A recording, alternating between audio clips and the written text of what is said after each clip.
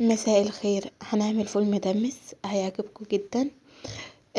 احسن من بره. دلوقتي الناس بتشتري ب5 جنيه فول، بيبقوا حبة قليلين قوي، ما يكفوش اصلا بيت من 4 افراد. لازم تشتري ب10 جنيه. هنعمل كمية محترمة جدا، يا دوبك كيس نص كيلو، وكيس التاني 300 جرام، يعني يعتبر كيلو الا ربع مثلا.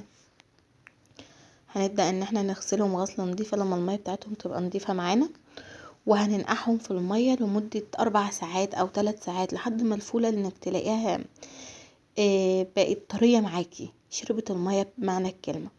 بعد كده في حلة على النار هبدأ ان انا احط فيها مية. الحلة لازم تكون محكمة على الفول علشان خاطر يطلع مسكر معاكي، طعم الفول يبقى موجود.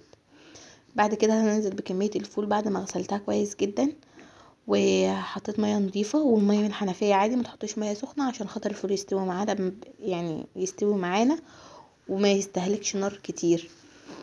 بعد ما قلب معايا وسبته شويه، رحت حطيته على عين الصغيره ووطيت النار خالص. بعد كده كبشه عدس وكبشه رز هحطه عليه لما تحس ان الفوله استوت، وبس هقفل عليها، هقفل الحله. وبعدها كده ب10 دقايق او حاجه هبدا ان انا اقلب الرز والعدس على بعض، وبرضه هسيبه والنار هاديه. واكنك نسيتيه، انا الكلام ده كنت حاطاه الساعه 9 الصبح. بعد كده الرز ده هتلاقيه معاك استوى والعدس استوى كمان. هبدا ان انا اقلبه تقلبتين كده حلوين. هو لسه ان هو ما استواش معانا، يعني الفول لسه ما خلصش، هي الميه بتاعته لسه خفيفه، بس انا هوريكي ان الفوله ذات نفسها مستويه ودايبه. يعني شوفي دايبه ازاي، بس هو لسه ما كملش معانا، عشان ما تفتكريش اللي احنا كده ايه خلصنا وهنطفي عليه، لا. انا حطيته من الساعه 9 الصبح ولحد الساعه 9 بالليل.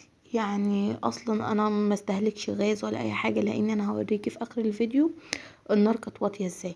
هقلبه كده تقلبتين، يعني رايح جاي كده عشان خاطر ما يلزقش معانا.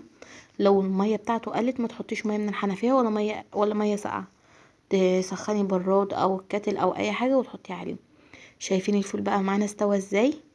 كده خلص، يعني الساعة 9 بالليل خلص. انا هوريك النار اللي انا كنت اصلا حاطاه عليه بعد ما قلب. انتوا لو تلاحظوا ان انا غيرت العين اصلا من اللي هي الوسط للصغيرة خالص. هقلبه كده اكنك بتهمكيه. الفزورة بتاعت النهاردة، ايه الحيوان لو شرب مية يموت؟ شايفين النار عاملة ازاي؟